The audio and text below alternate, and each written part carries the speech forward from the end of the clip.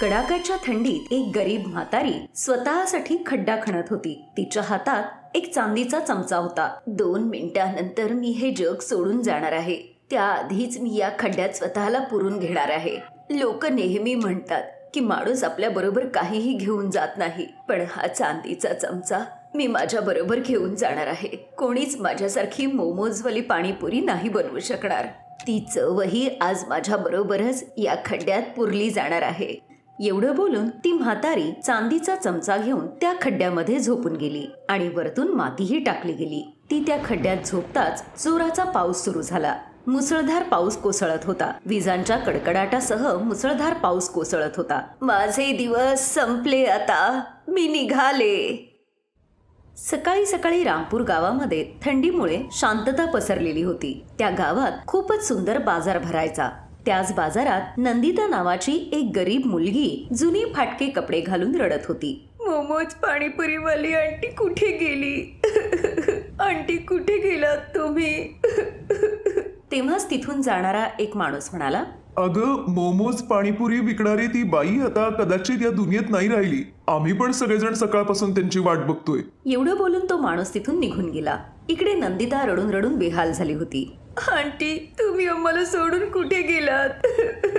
या जगात मला केवळ तुमचाच तर आधार होता। तुम्ही सगळ्यांना एवढे स्वादिष्ट मोमोज पाणीपुरी खायला घालत होतात आणि पैसेही घेत नव्हतात। आता तर मी उपाशीच मरून जाईन ना। बाजारातले सगळे लोक ती रडत असलेलं तिला पाहतात। तेव्हाच एक बाई नंदिताकडे आली। कशाला ग उगाचच रडत बसलीयस इथे? तुला फुकटातली पाणीपुरी आता खायला मिळणार नाही म्हणून ना? अगं, त्या आंटींकडून काहीतरी शिक जरा। बिचाऱ्या एवढ्या म्हाताऱ्या होत्या तरीही काम करत होत्या। एवढं बोलून ती बाई तिथून निघून गेली। नंदिताला भूक लागली होती, त्यामुळे ती बाजारात प्रत्येक दुकानात जाऊन भीक मागत होती, पण तिला कोणीच भीक देत नव्हतं। ती जेव्हा ऐकत नव्हती तेव्हा लोकांनी तिच्यावर टोमॅटो फेकणं सुरू केलं। अरे चल निघ इथून, एवढी तरुण आहे तरी भीक मागते? भिकारी कुठली? मला असं मारू नका, मी अनाथ आहे म्हणून भीक मागते। मला कोणी काम देत नाही, मग मी काय करणार? नंदिताचं बोलणं कोणीच ऐकलं नाही। रस्त्याच्या एका कडेला थांबली आणि फाटकं ब्लँकेट अंथरून तिथेच बसून राहिली। तिथे ती येणाऱ्या जाणाऱ्या लोकांकडे भीक मागू लागली, पण तिथेही तिला कोणीच भीक घातली नाही। मग ती तिथल्याच जवळच्या एका मंदिरात गेली। तिथे ती देवाकडे प्रार्थना करू लागली, हे देवा, तू आधी माझे आई वडील माझ्यापासून दूर केलेस। एक या आंटीच माझा आधार होत्या, त्यांनाही तू घेऊन गेलास। अरे, या सगळ्यापेक्षा तू मलाच तुझ्याकडे बोलवून घ्यायचं होतंस ना। निदान या सगळ्या दुष्ट लोकांमधून माझी सुटका तरी झाली असती। तेव्हाच तिथे देवळातले पुजारी येतात। नंदिताने त्यांना पाहिलं आणि म्हणाली, पुजारी काका, तुम्ही दूर व्हा, मी भिकारी आहे। लोक आम्हाला अस्पृश्य मानतात। अगं, तू जर अस्पृश्य असतीस तर देवानी तुला या धर्तीवर पाठवलंच नसतं। जर देवानेच तुझा स्वीकार केला आहे तर आम्ही माणसं कोण आहोत तुझा स्वीकार न करण्यासाठी? आम्हाला तुझी अडचण माहिती आहे। तू तुझं भीक मागणं सोडून दे आणि काहीतरी काम सुरू कर, मग तू बघच, स्वतः देवच तुझी मदत करायला नक्की येतील, कारण ही जनता कुठल्याही भिकाऱ्याचा स्वीकार करत नाही। एवढं बोलून त्यांनी आपली पूजा सुरू केली। नंदिता तिथेच देवळाबाहेर बसून पुन्हा भीक मागू लागली। तेव्हाच तिथे एक तरुण मुलगा आदित्य आला। नंदिताने त्याच्याकडेही भीक मागितली। दादा, 1 आठवड्यापासून काहीच खाल्लं नाहीये। नंदिताच्या तोंडून दादा ऐकून आदित्यचं मन पिघळलं। तोही नंदिता बरोबर जमिनीवर बसला। आदित्य तिला घेऊन एका चांगल्या रेस्टॉरंटमध्ये गेला आणि तिला खायला दिलं। तेव्हाच रेस्टॉरंट मधला वेटर म्हणाला, अहो साहेब, या भिकाऱ्यांना खाऊ घालण्याची काही गरज नाहीये, यामुळेच यांच्या सवयी बिघडत चालल्यात। वेटरच्या या बोलण्याचा आदित्यला खूप राग आला, त्यामुळे त्याने ती खाण्याची प्लेट उचलून वेटरच्या अंगावर फेकली। त्यानंतर त्याने पैसे दिले आणि दुसऱ्या रेस्टॉरंटमध्ये जाऊन खाऊ लागला। नंदिता हे सगळं बघून आश्चर्यचकित झाली। दादा, एवढं चिडणं चांगलं नसतं। अगं ताई, मी या जगाला ना आता कंटाळलोय। कोणी भीक मागत असेल तर त्यांना त्याचाही त्रास होतो, आणि जर कोणी चांगले पैसे कमवत असेल तर म्हणतात की 2 नंबरचा पैसा कमवला असेल। त्यांच्या स्वतःच्या आयुष्यात काय चाललंय हे ते बघत नाहीत। असो, तू काळजी करू नकोस, तू खाऊन घे आधी। आदित्यच्या बोलण्याचा नंदिताच्या मनावर खूपच गंभीर परिणाम झाला। खाणं झाल्यानंतर आदित्यने तिला 10,000 रुपये दिले आणि दुसऱ्या दिवशी पुन्हा तिला भेटण्याचं प्रॉमिस करून तिथून निघून गेला। आता नंदिता सिग्नल जवळ येऊन रोज आदित्यचा विचार करू लागली। आदित्यने दिलेल्या पैशातून तिने तिथेच पाणीपुरीची गाडी लावली, जिथे त्या आंटी मोमोज पाणीपुरीची गाडी लावायच्या। तिथे आल्यानंतर नंदिताने पाहिलं की बऱ्याच लोकांनी तिथे पाणीपुरीची गाडी ऑलरेडी लावलेली होती. जोपर्यंत आंटींची गाडी इथे होती, इथे जवळपास कोणाचीच पाणीपुरीची गाडी दिसायची नाही. आणि त्या गेल्यानंतर हे सगळे आले. त्या पाणीपुरीच्या गाड्यांवर बऱ्याच लोकांची गर्दी होऊ लागली, पण नंदिताकडे कोणीच ग्राहक येत नव्हते.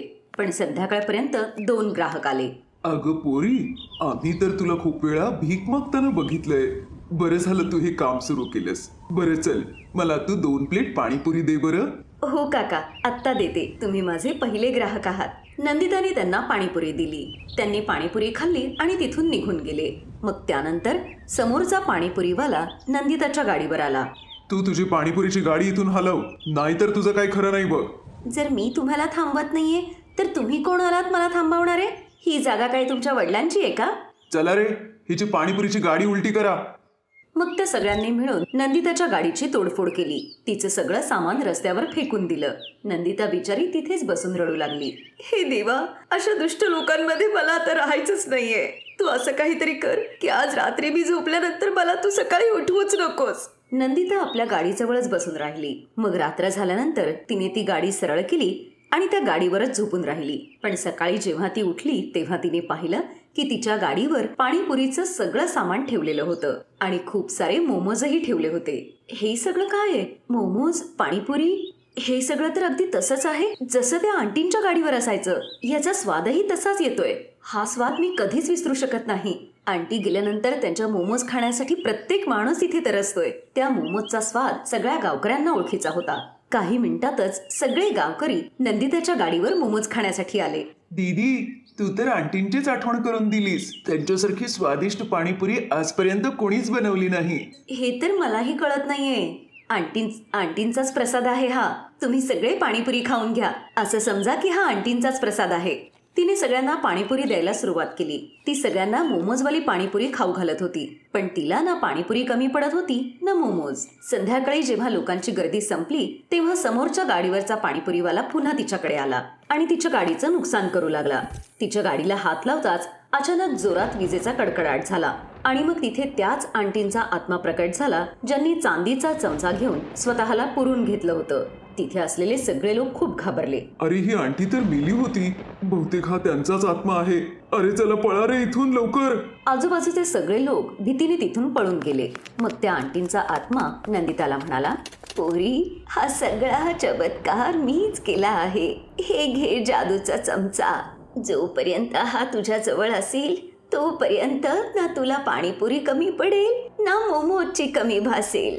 पण आता भीक मागू नकोस. ज्या आदित्यने तुला बहीण मानून पैसे दिले होते तो माझा नातूच आहे. तो तुला गेल्या कित्येक दिवसापासून त्या मंदिराजवळ शोधतोय, पण तू त्याला कुठेच दिसली नाहीस. उद्या सकाळी जाऊन त्याला भेट आणि त्याच्या बरोबरच राहत जा. तोही आता अनाथ झालाय. मग तो जादूचा चमचा नंदिताला देऊन आंटींचा आत्मा तिथून गायब झाला. नंदिता खूप खुश झाली. दुसऱ्या दिवशी ती मंदिराजवळ जाऊन आदित्यला भेटली. तिने आदित्यला सगळं काही सांगितलं. तुझी ही प्रगती बघून मला खूप आनंद झाला ताई. तू मोमोज आणि पाणीपुरी विक, पण तू माझ्याच बरोबर राहशील, माझ्याच घरात. मग नंदिता आपला मानलेला भाऊ आदित्यच्याच घरात राहू लागली. काही दिवसातच तिने स्वतःचं खूप छान घर तयार केलं. त्या बाजारात आता दुसरं कोणीच पाणीपुरीची गाडी लावत नव्हतं. नंदिता अगदी आनंदाने आपलं आयुष्य जगू लागली.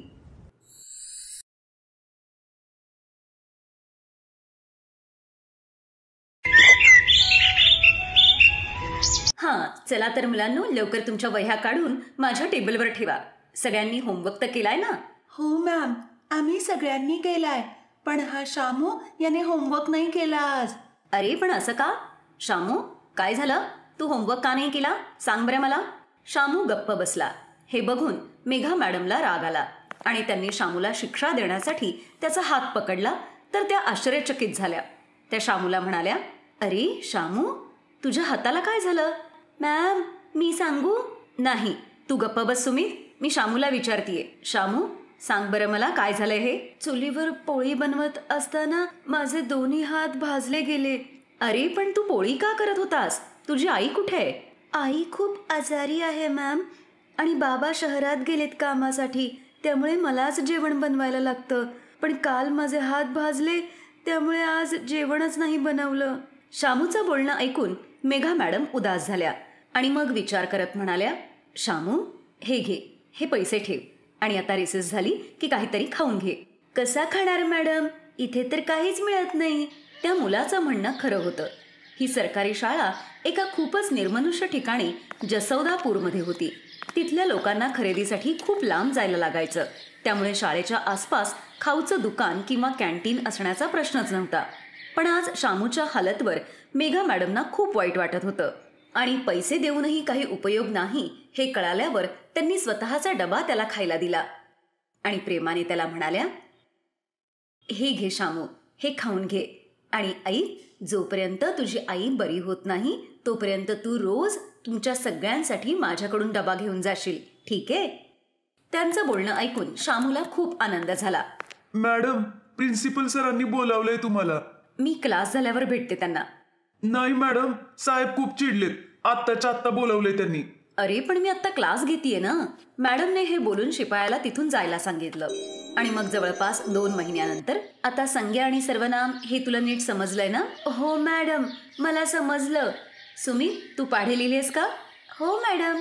अच्छा, आता शाळा सुटेल त्यामुळे माझं लक्ष मुलांवर असेल. तोपर्यंत तुम्ही दोघं होमवर्क करा, ठीक आहे? मॅम, आम्ही पण तुमची मदत करू का मॅगी बनवायला? नाही, तू तुझ्या अभ्यासावर लक्ष दे शामू. हे सगळं मी सांभाळते. हे खूप आश्चर्य होतं की सरकारी शाळेत चांगला पगार घेणारी एक टीचर इतकी मजबूर होती की तिला आपला खर्च भागवण्यासाठी मॅगीची विक्री करावी लागत होती.